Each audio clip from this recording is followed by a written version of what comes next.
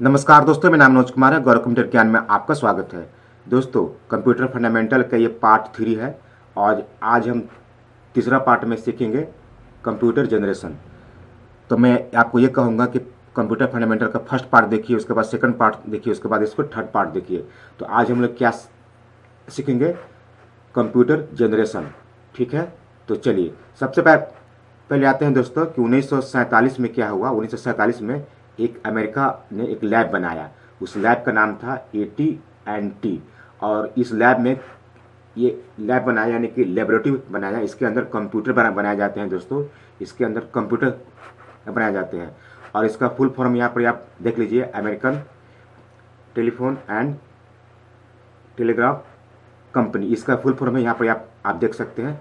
इसका full form है यहाँ से आपको, यानी कि ए से हो गया अमेरिकन, उसके बाद टी से हो गया टेलीफोन और उसके बाद है टेलीग्राफ कंपनी। तो यानी कि एक ये क्या है, एक इसका फुल फॉर्म हो गया। ठीक है ना। अब इसके अंदर क्या बनता है दोस्तों, इसके अमेरिका के अंदर, ठीक है ना, इस लैब में कंप्यूटर बनाए जाते हैं दोस्तों। ठीक है, आगे बढ़ जाते हैं। उसके बाद आते हैं ब्रिटेन, शॉकले, बार्डेन, इन वैज्ञानिक मिलकर ट्रांजिस्टर का निर्माण किए थे दोस्तों। इन वैज्ञानिक ने मिलकर ट्रांजिस्टर का निर्माण किए थे और इन्होंने हंगामा कर दिया, यानी कि हंगामा का मतलब तहलका मचा दिया ट्रांजिस्टर का निर्माण करके, यानी कि ट्रांजिस्टर का आविष्कार करके कंप्यूटर के दुनिया में इन्होंने तहलका मचा दिया। अब आते हैं इलेक्ट्रॉनिक। ये क्या करता था? ट्रांजिस्टर विद्युत प्रवाह करता था। जैसे पहले का जो वैक्यूम ट्यूब से, आप जैसे ट्रांजिस्टर से पहले जो कंप्यूटर था वैक्यूम ट्यूब से चलता था, उसको हटाकर इन्होंने ट्रांजिस्टर लगा दिया। ठीक ना, क्योंकि वैक्यूम ट्यूब जो होता था ना बहुत गर्म होता था। ठीक है ना, यहाँ पर लिखा हो क्या है, इलेक्ट्रॉनिक विद्युत प्रवाह के लिए आप वैक्यूम ट्यूब को हटाकर ट्रांजिस्टर लगाया गया। वैक्यूम ट्यूब बहुत गर्म होता था दोस्तों, इसलिए आपको इस ट्रांजिस्टर को लगा गया। इसको आप ट्रांजिस्टर बोलते हैं। ठीक है, आगे बढ़ते हैं। ट्रांजिस्टर लगाने के विद्युत कम खर्च होता है और गर्म नहीं होता है। जैसे वैक्यूम ट्यूब जो होता था बहुत गर्म होता था और बहुत ज़्यादा बिजली भी लेता था। इसके चलते वो वैक्यूम ट्यूब को हटाकर इस ट्रांजिस्टर को लगाया गया। ठीक है, उसके बाद आते हैं 1956 में इन तीनों वैज्ञानिक को नोबेल प्राइज से नवाजा गया। ठीक है ना, यानी कि तीनों वैज्ञानिक को, कौन कौन वैज्ञानिक थे नाम याद रखिए, ब्रिटेन, शॉकले, बार्डेन। ये तीनों वैज्ञानिक को 1956 में नोबेल प्राइज से नवाजा गया दोस्तों। आगे बढ़ते हैं। उसके बाद आते हैं 1960 में आईसी इंटीग्रेटेड सर्किट। ठीक है ना, 1960 में आईसी का निर्माण हुआ, इंटीग्रेटेड सर्किट का निर्माण हुआ। वैक्यूम ट्यूब को इसलिए हटाया गया था कि बहुत ज़्यादा गर्म होता था। ठीक है दोस्तों, ट्रांजिस्टर लगाया गया। इसमें भी एक कमी थी, बहुत सारे ट्रांजिस्टर लगाना पड़ता था और फिर आविष्कार हुआ आईसी का। तो देखिए, सबसे पहले वैक्यूम ट्यूब लगाया गया जो कि बहुत गर्म होता था, बहुत वोल्टेज लगता था। उसको हटाकर ट्रांजिस्टर लगाया गया। ट्रांजिस्टर में भी एक कमी थी। कमी क्या थी कि बहुत सारे ट्रांजिस्टर लगाना पड़ता था। फिर आविष्कार हुआ आईसी का। देखिए, इसको बोलते हैं आईसी। फिर आविष्कार हुआ आईसी का और उसके बाद आविष्कार हुआ आईसी का। उसके बाद ट्रांजिस्टर को हटाकर फिर आईसी लगा गया।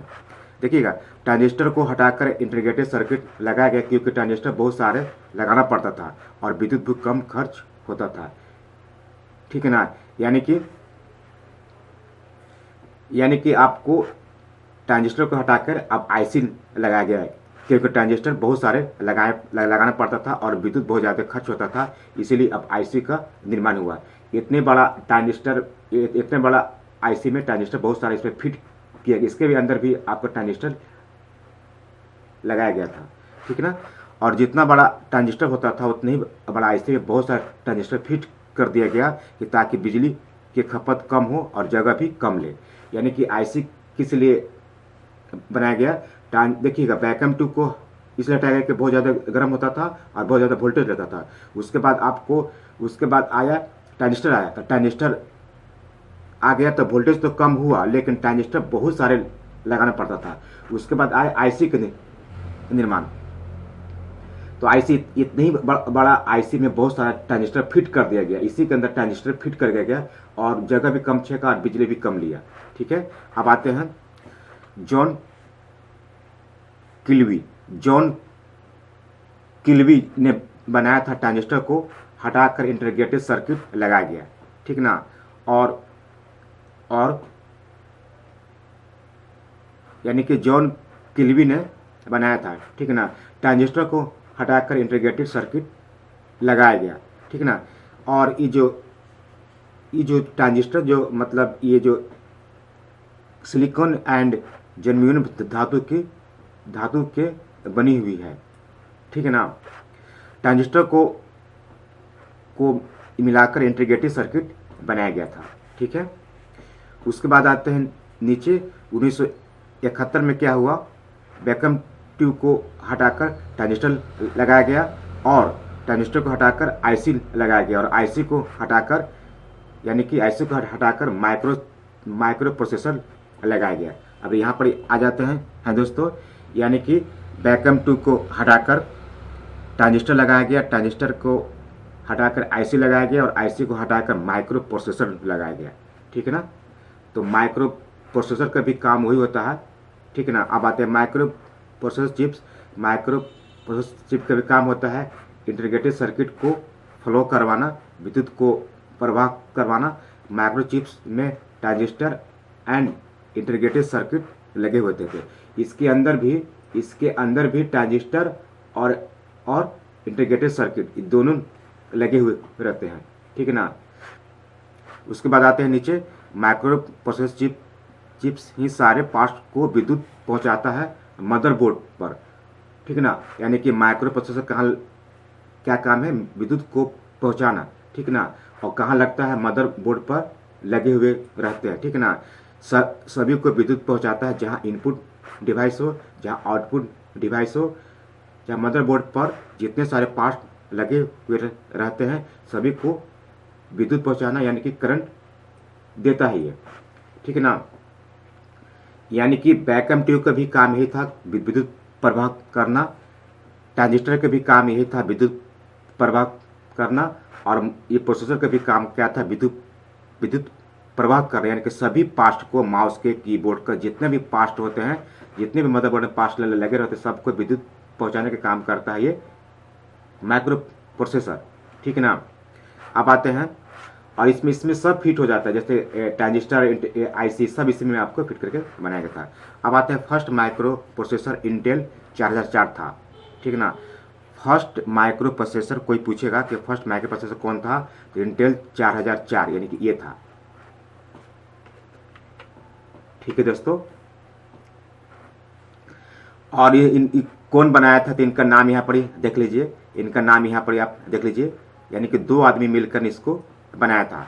पहला माइक्रो प्रोसेसर इंटेल 4004 था। ठीक है ना, अब बहुत सारे माइक्रो प्रोसेसर बाजार में आ गए हैं, जैसे आपको dual core processor, octa core processor, data core processor, quad core processor का काम ये भी होता है कि कंप्यूटर का स्पीड को ज़्यादा करना।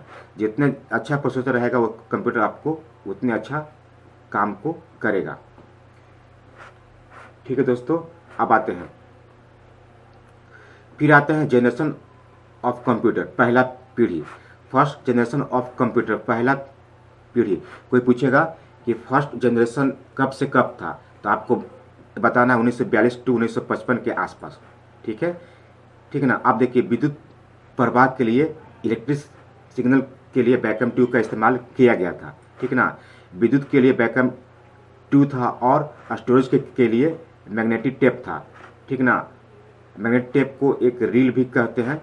स्टोरेज के लिए, यानी स्टोर करने के लिए मैग्नेटिक टेप का इस्तेमाल किया जाता है। अब आते हैं, कोई पूछेगा कि कंप्यूटर का फर्स्ट जनरेशन कब से कब था, तो 1942 टू 1955 के आसपास था, ठीक ना। अब उसमें आपको पूछेगा कि उस समय का, ठीक है ना, फर्स्ट जनरेशन का इलेक्ट्रिक सिग्नल के लिए क्या किया गया था इस्तेमाल, तो बैकएम ट्यूब को किया गया था इस्तेमाल, ठीक ना।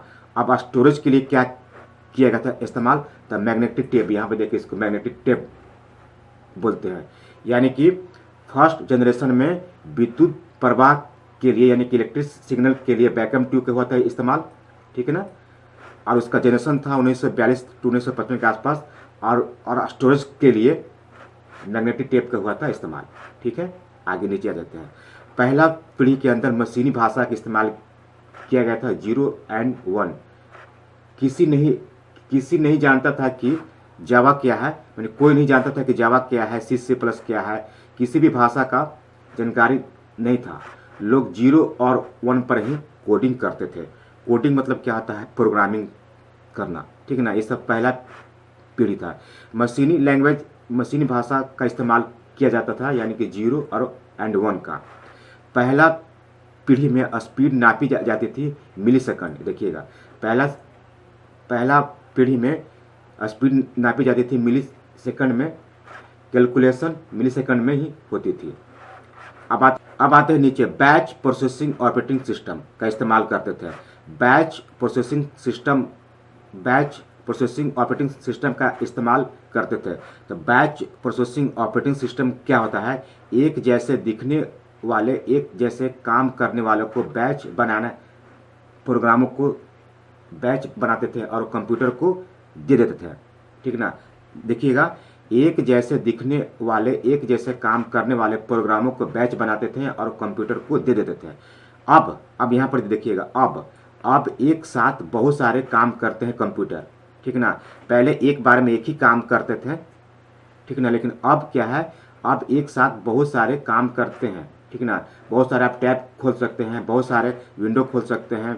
जैसे आप PDF पढ़ सकते हैं, PDF डाउनलोड कर सकते हैं, आपको डाउनलोड पर लगा सकते हैं, गाना भी सुन सकते हैं, कैलकुलेशन के भी खोल सकते हैं, और यूट्यूब पर भी खोल के रखे होंगे या खोले होंगे, देखे होंगे। बहुत सारे काम एक साथ करते थे आज के टाइम में। लेकिन पहले क्या होता था, आपको समझना है, पहले क्या होता था, पहले एक जैसा काम को बैच बनाया जाता था, एक जैसा काम को बैच बनाया जाता था। जैसे कि आप कंप्यूटर पढ़ते हैं, तो मैंने बैच आपको बनाया है कि 7 बजे वाला क्लास है जो फंडामेंटल का चलेगा, ठीक है ना। और इसी तरह से कोई एक जैसा काम को बैच बनाकर कंप्यूटर को पहले दे दिया जाता था, ठीक ना। और वही काम वो करता था, वो काम जब कर लेता था तब कोई और दूसरा काम करता था। लेकिन अभी के टाइम में कंप्यूटर, अभी आप क्या कर सकते हैं, एक यूट्यूब पे वीडियो भी देख रहे हैं, अभी टाइप भी कर रहे हैं, गाना भी सुन रहे हैं, PDF पे डाउनलोड कर रहे हैं, अभी के कंप्यूटर। लेकिन पहले के कंप्यूटर में ऐसा नहीं था। पहले का computer batch processing operating system में काम करता था, एक जैसा काम को कंप्यूटर को दे देता था, वो काम कर लेता था, तभी कोई दूसरा काम आप कर सकते थे। अब आते थे, और उस देखिएगा, बहुत सारे काम एक साथ करते थे। आज के टाइम में, आज के कंप्यूटर एक साथ बहुत सारे काम करते हैं। और उस समय अगर आपको जोड़ना है तो अलग बैच बनाना है, और घटाना बढ़ाना कुछ अलग बैच बनाना है। अगर गुना करना है तो अलग बैच बनाना है, और कंप्यूटर को दे दिया जाता था। यानी कि जोड़ना है तो अलग बैच बना के उसको दे दिया, घटाना है तो अलग बैच बना के आप उसको दे दिया, गुना भाग करना तो अलग बैच बना कर दे दिया। तो वो अलग अलग काम करेगा। जब वो काम कर लेगा तब आप गुना करा सकते हैं, वो काम कर लेगा तब घटा सकते हैं, वो काम कर लेगा तो कुछ और काम करा सकते हैं। बीच में आप इंटरफेस नहीं कर सकते हैं, ठीक ना। बैच प्रोसेसिंग ऑपरेटिंग सिस्टम का इस्तेमाल होता था, पहले जोड़ना, फिर घटाना, उसके बाद गुना भाग करना।